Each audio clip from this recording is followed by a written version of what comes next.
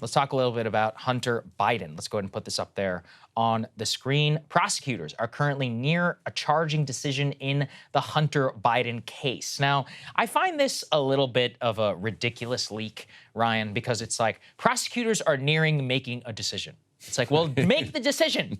What's the decision? Because the decision is the one that matters, okay?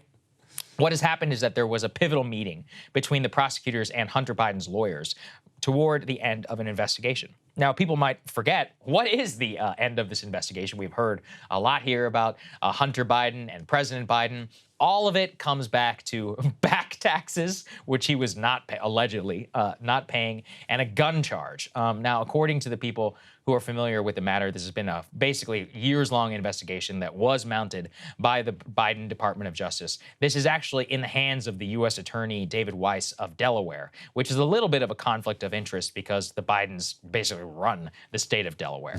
And the question is like, is he going to, view this case under the letter of the law? Which, I mean, it's very basic. Like, what came out from the laptop and from what came out from the laptop is very clear.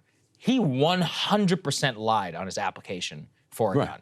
100% in terms of crime, background check, and all forget laptop, his own memoir. Yeah, exactly. Like the application for the weapon says, are you currently basically like abusing drugs? And he literally, we can prove beyond a shadow of a doubt, because there's video, that he was using drugs at that when time. he filled it out. Very possible. Yeah. And I'm not, again, I have deep sympathy for him, as we were just talking about with the Jordan Neely situation, for people who find themselves in the midst of that level of addiction. But dude, you did lie, and you did illegally purchase a firearm. There's no getting around that. It'd be an amazing thing to watch the right rally around charges of illegal purchase of a firearm. You'd be surprised, actually. A lot of the biggest gun people are advocates of strict laws that are already on the books for people who are like, we just need to enforce current existing law, and a lot of us would be safer around guns. At least from my bros in the 2A community. The question, though, around the taxes is actually probably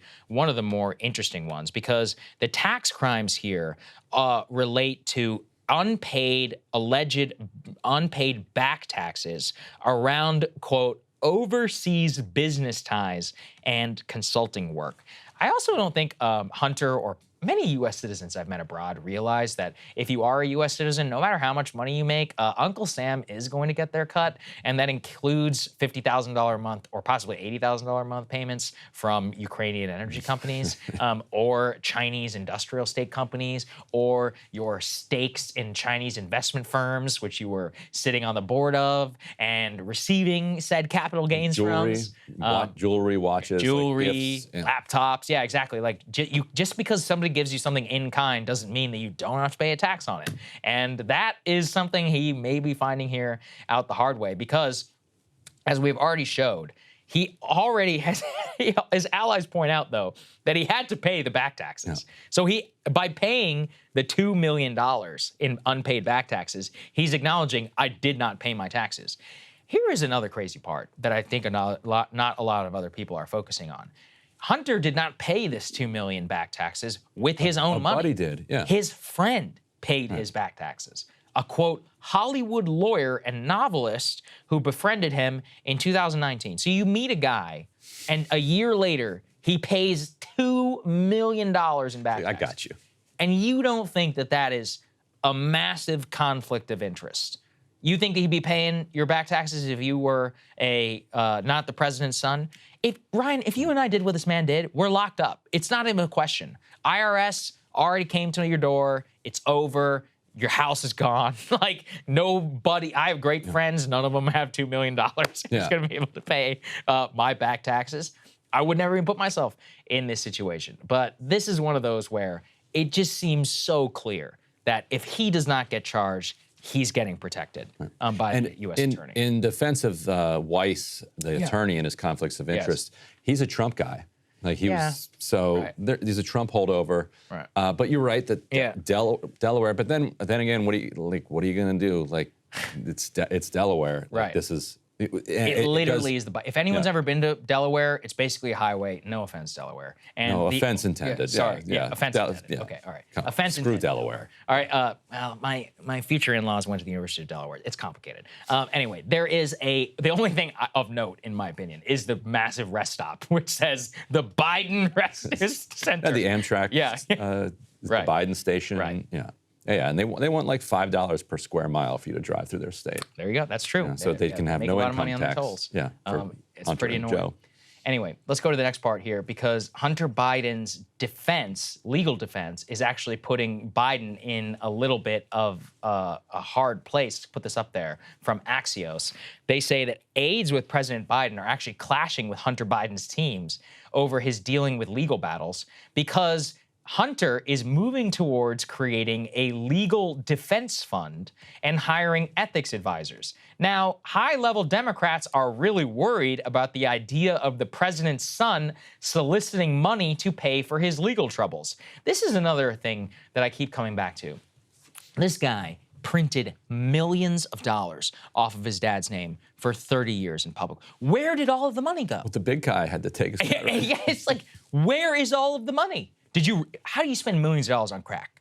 I mean, is that even possible? Millions of dollars on crack. If you're in Vegas, you can blow through that. Hundreds of thousands, I would believe. Millions? Yeah. Like millions of dollars? Like millions of dollars on crack and European prostitutes? Like, if you're getting bottle service.